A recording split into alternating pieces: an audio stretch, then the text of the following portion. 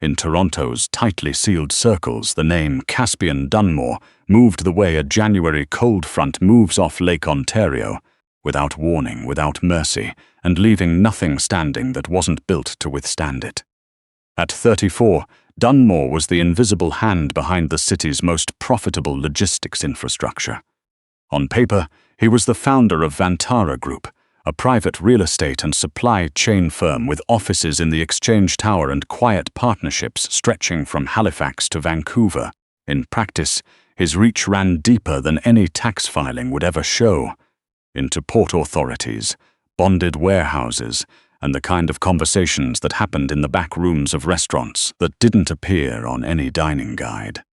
He was lean, dark-haired, and composed in the particular way of men who had never once been caught off guard.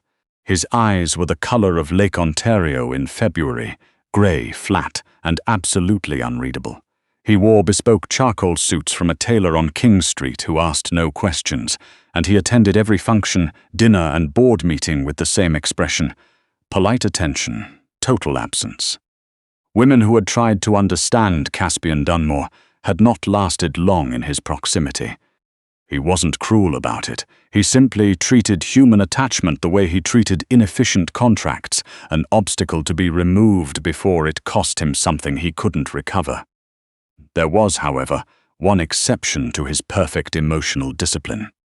A platinum pocket watch, round and unadorned except for a small engraved maple bough on the case back, his father's. Gerald Dunmore had been shot in the parking structure beneath the Scotia Plaza 14 years ago, a message from a rival network that had since been thoroughly silenced. The watch had been on the pavement beside him. Caspian had picked it up himself before the ambulance arrived. What the watch contained was known only to Caspian and his most senior underboss, a man named Prentice Rowe. Hidden inside the case's inner chamber, behind the movement, was a micro SD card sealed in resin. On it sat the encrypted ledger of the Dunmore network, account numbers, routing codes, and the digital key to a private trust holding $180 million, distributed across 3 offshore institutions. The watch wasn't merely sentimental. It was a weapon. But it was also the last thing his father had touched, and those two facts had never once contradicted each other in Caspian's mind. He lost it on the coldest Thursday in January. The meeting at the Ritz-Carlton on Wellington Street had been a setup from the beginning, though Caspian didn't know it until his car was blocked in the underground loading bay by 2 black panel vans. What followed was brief and extremely violent. His security detail handled the worst of it. Caspian handled the rest personally, which was why his left hand was bleeding through his glove by the time. Prentice dragged him into the armored Suburban. He didn't notice the watch was gone until they were already on the Gardiner Expressway. By the time his men retraced the route to the loading bay, the watch was not where it should have been. They searched every meter of pavement, every drain grate, every shadow. Nothing. Aria Lennox had been on her feet for 14 hours. She was 27 years old, a registered nurse in the trauma unit at St. Michael's Hospital on Bond Street, and she had been running on hospital coffee and stubbornness since 6 that morning. Her shift was supposed to end at 8. It ended at 10 because there had been a multi-vehicle accident on the DVP, and the department didn't turn away chaos. It absorbed it. She didn't take the subway. She couldn't face the underground that night. The fluorescent lights and the smells were too close to what she'd just left. Instead, she walked west along King Street, her worn parka zipped to her chin, her breath making small clouds in the brutal cold. Her brother Liam was 23 and had been fighting a rare autoimmune condition for 2 years. The experimental treatment protocol he'd finally been accepted into, at a clinic in Zurich, wasn't covered by OHIP or any supplemental plan Aria had been able to find. She was paying for it out of 2 jobs and a line of credit that was now carrying more weight than she could comfortably look at on her phone screen. She didn't let herself look at it often. She cut through the narrow service lane behind the Ritz-Carlton because it was shorter and because she'd done it 100 times before on late-night walks home. The police tape, from whatever incident had happened earlier was already down. The lane was empty except for wind and a thin skin of ice over everything. It was the glint that stopped her. Aria had grown up in her grandfather's clock repair shop on Danforth Avenue. She'd spent her adolescence learning how to see what most people walked past. The worn crown gear, the hairline crack in an escapement wheel, the particular way real platinum caught light versus silver plate. That instinct didn't disappear just because she'd traded a watchmaker's loop for a pair of trauma shears. She crouched down beside the storm grate, bare fingers numb against the pavement, and worked the watch free from where it had lodged against the grating. It was heavier than it looked. She turned it over in her palm. The engraving on the case back was hand-done, not stamped. She could feel the depth of each line. This was not a production piece. This was made for a specific person. She stood there in the empty lane for a long moment, the cold working through her parka. Liam's next payment was due in 6 weeks. She put the watch in her coat pocket and kept walking. The next morning, instead of calling an auction house or a jewelry broker she'd found online, Aria went to Beaumont's Horology on Queen Street West, a narrow shop sandwiched between a vintage clothing store and a cafe, run by a retired watchmaker named Hector Wills, who had been her grandfather's closest friend for 30 years and who Aria trusted completely. She set the watch on the worn velvet pad on his counter. Hector Wills did not pick it up. He looked at it for 3 full seconds with the expression of a man who had just been asked to handle a live wire. Then he looked at Aria. "Where did you find this?" "In a lane behind the Ritz-Carlton. Last night. Is it platinum?" Hector took 1 step back from the counter. He was 71 years old, with tobacco-stained fingers and reading glasses perpetually perched on his forehead, and he was not a man who frightened easily. He looked frightened. "Aria," his voice was quiet, "I know whose mark that is, that maple engraving. Gerald Dunmore had that done in 2003. I serviced this piece twice before Gerald passed. His son, Caspian Dunmore, has worn it since the funeral." Aria stared at him. "The Dunmore Group, the real estate." "The real estate is the part you're supposed to see." Hector pushed his glasses up. "Aria, listen to me carefully. You do not puzzle this. You do not pawn it. You do not put it in a safety deposit box and forget about it. If anyone connected to that name finds out you have it and you haven't brought it back, the situation becomes very dangerous for you. Do you understand what I'm telling you?" She understood. She worked the trauma unit in one of the largest cities in the country. She knew exactly what category of harm the word dangerous covered. She took the watch back, slipped it into her pocket, and thanked Hector Wills, who watched her go with the expression of a man already composing his own alibi. On the pavement outside, in the brutal January wind, Aria stood still for a long moment. She could drop it in a postal box addressed to Vantara Group's offices. She could leave it at the front desk of the Ritz with a note. She could throw it into the harbor and have none of this be her problem by tomorrow morning. But if they'd already pulled security footage from the lane, and if Hector was right about what this family was capable of, anonymity was no longer an option. She had touched it. She had been seen. The only leverage she had was the watch itself. She had to return it herself. The Dunmore property in Rosedale sat behind stone walls and a wrought iron gate at the end of a private drive lined with old oaks, their bare branches making a lattice against the grey Toronto sky. Aria drove her rusted Civic up to the intercom panel, her hands unsteady on the wheel. 2 men in dark coats appeared from the gatehouse before she'd even rolled down the window. "I need to speak with Mr. Dunmore," she said. Her voice came out steadier than she felt. "Not possible. Turn around. I have something that belongs to him." She reached slowly, deliberately slowly, into her coat pocket and held the watch out through the open window. "He lost this 2 nights ago. I found it." The guard closest to her went very still. He reached up and touched his earpiece. The gate opened 40 seconds later. Caspian Dunmore was standing at the tall windows of his study when they brought her in, looking out at the frozen garden. When he turned, Aria felt the specific variety of cold that no January wind had ever managed to produce. It came from inside the room, from the man himself, from the absolute absence of welcome in his grey eyes as he assessed her from the doorway. She was aware of how she must look, a woman in a parka that had seen better seasons, hair still damp from the hospital locker room, carrying a canvas bag with a penlight clipped to the strap. She set the watch on his desk. She did not step any closer. "I found it in the service lane behind the Ritz-Carlton," she said. "I recognized it was significant. A watchmaker I trust confirmed whose it was." She paused. "I don't want anything from you. I just needed it returned." Dunmore did not touch the watch immediately. He was looking at her with the particular attention of someone accustomed to identifying threats, and she had the unsettling sense that she was being read as completely and efficiently as a financial document. Then he picked up the watch. He opened the case, ran his thumb across the movement, checked something she couldn't see.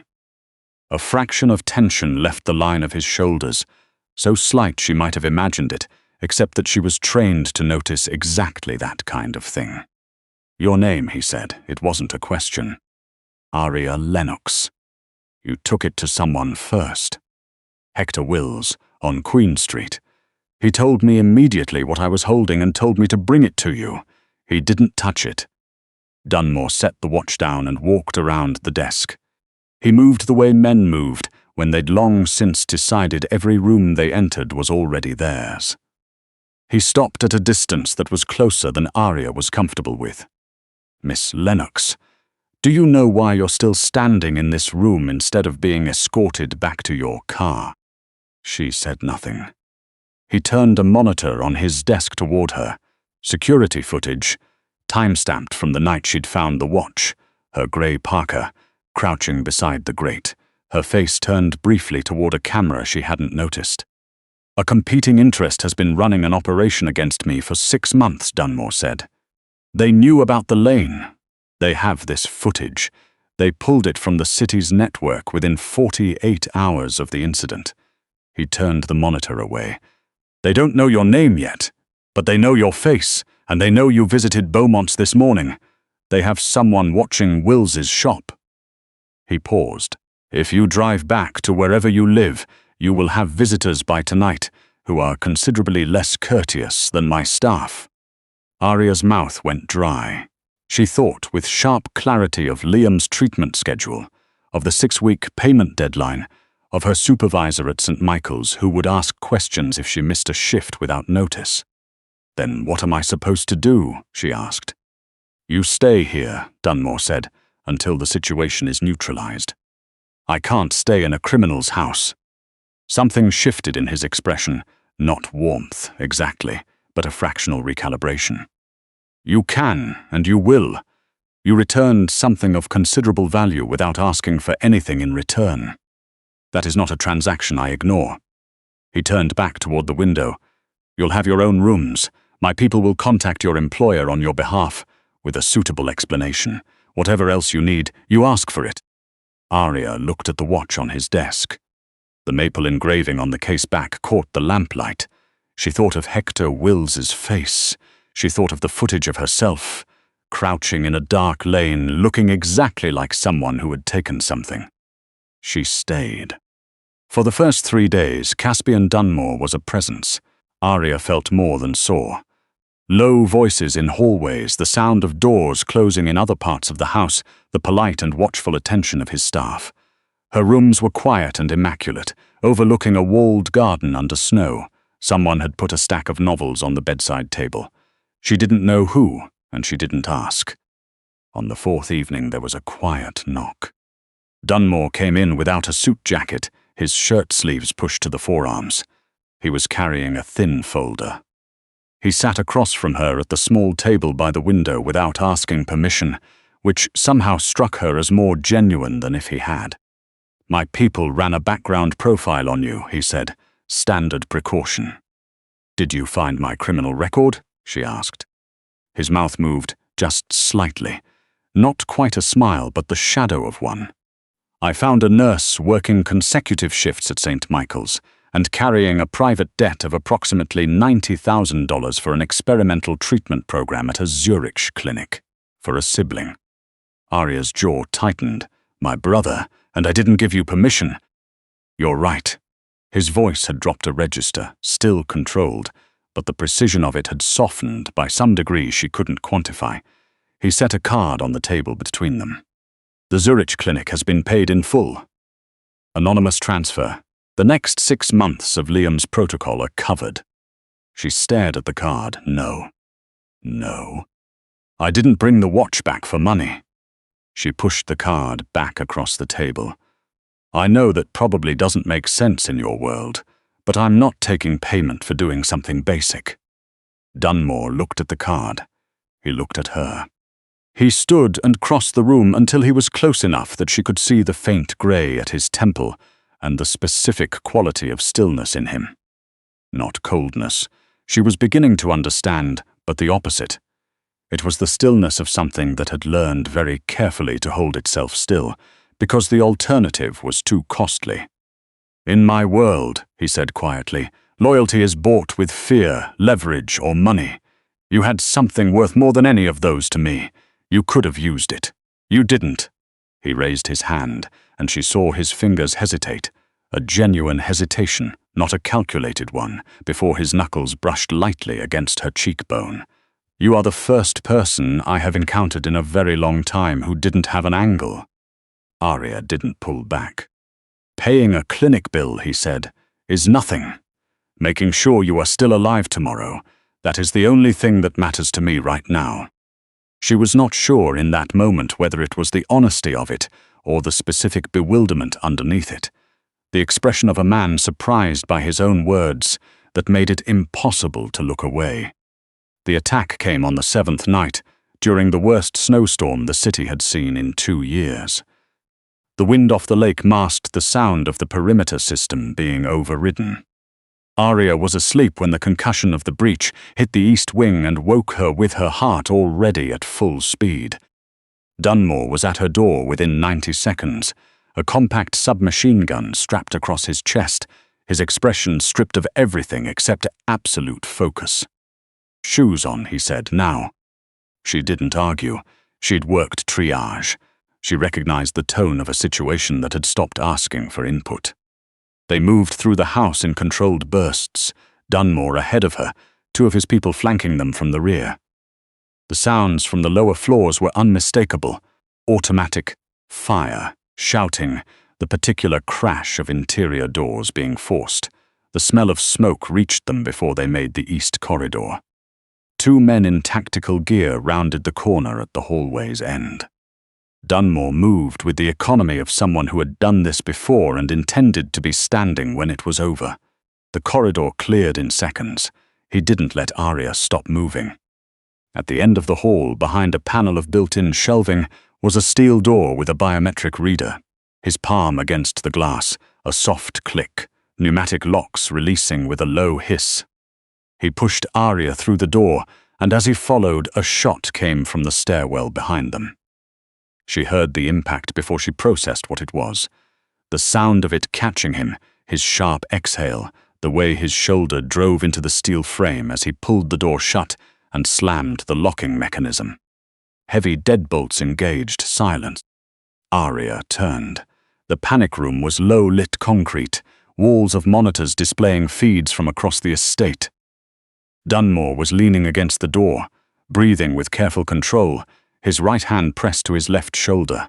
The dark spreading through his shirt was visible even in the dim light. How bad? She asked. Manageable. Let me see it. Aria. I'm a trauma nurse, Mr. Dunmore. She was already crossing the room. Sit down before you fall down. He sat. She found the medical kit in the wall cabinet, brought it back, and knelt in front of him. When she pulled his shirt aside, she saw what his life had cost him written across his skin, old scarring, healed clean, everywhere. The new wound was through the deltoid, deep but not arterial. She had seen worse in the first hour of a bad shift. She worked quickly and without flinching. Her hands were completely steady. It was only inside, where no one could see it, that she was shaking. Prentice has the lower floors, Dunmore said. His voice was stripped down now. The professional layer was gone entirely, and underneath it was something tired and unguarded that she hadn't heard from him before. Backup is 12 minutes out. Vasily Orin's crew, they've been building to this for months. Because of the watch. Because of the watch. He watched her work. His grey eyes, which had been so flat and measured since the moment she'd walked into his study, were not flat now. They can't get to the ledger any other way, so they come here. I know. She tied off the bandage and sat back on her heels. That's what I do. I manage what's in front of me right now. On the monitors, the lower floors were coming back under control. She could see Dunmore's people moving through the corridors with purpose. The storm continued beyond the walls, impassive and indifferent. Dunmore reached into his pocket with his good hand. He drew out the platinum pocket watch. He held it in his palm. For a moment the maple engraving turned up toward the light, and she watched something move through his expression that he clearly did not have a practiced way of hiding. Then he held it out to her. "This is what they came for tonight," he said quietly. And they were wrong about what it was. He kept the watch extended until she took it. "The ledger can be moved. The account can be changed. I can rebuild the infrastructure in 6 months if I need to." He looked at her directly, with the particular steadiness of someone who had stopped calculating. "You cannot be rebuilt, and I find that I am not willing to treat that the same way I treat everything else." Aria held the watch. She could feel the weight of it in her palm, both things at once exactly as he'd described it. Metal and meaning inseparable. Somewhere beyond the concrete walls, the storm was still going. The sounds of the lower floors had gone quiet. She leaned forward, and Caspian Dunmore, who had spent 14 years building walls precise enough to keep an entire city at arm's length, stayed absolutely still as she kissed him. Not from gratitude, not from fear, not from any angle at all, just because some things, when they are true, do not require a reason. He kissed her back with the particular fervor of a man who had stopped believing this was still possible for him. His good arm came around her, and she felt the tension in him shift. Not release exactly, but change. The way ice changes at the very beginning of a thaw deep beneath the surface, where no one can see it yet, but it is already irreversible. On the monitors, the storm moved slowly east over the lake. In the locked room beneath a house in Rosedale, the coldest man Aria Lennox had ever met held on to her, like she was the only thing in Toronto that wasn't trying to take something from him. Because she wasn't. And he had never, in his entire life, encountered anything so disarming as that.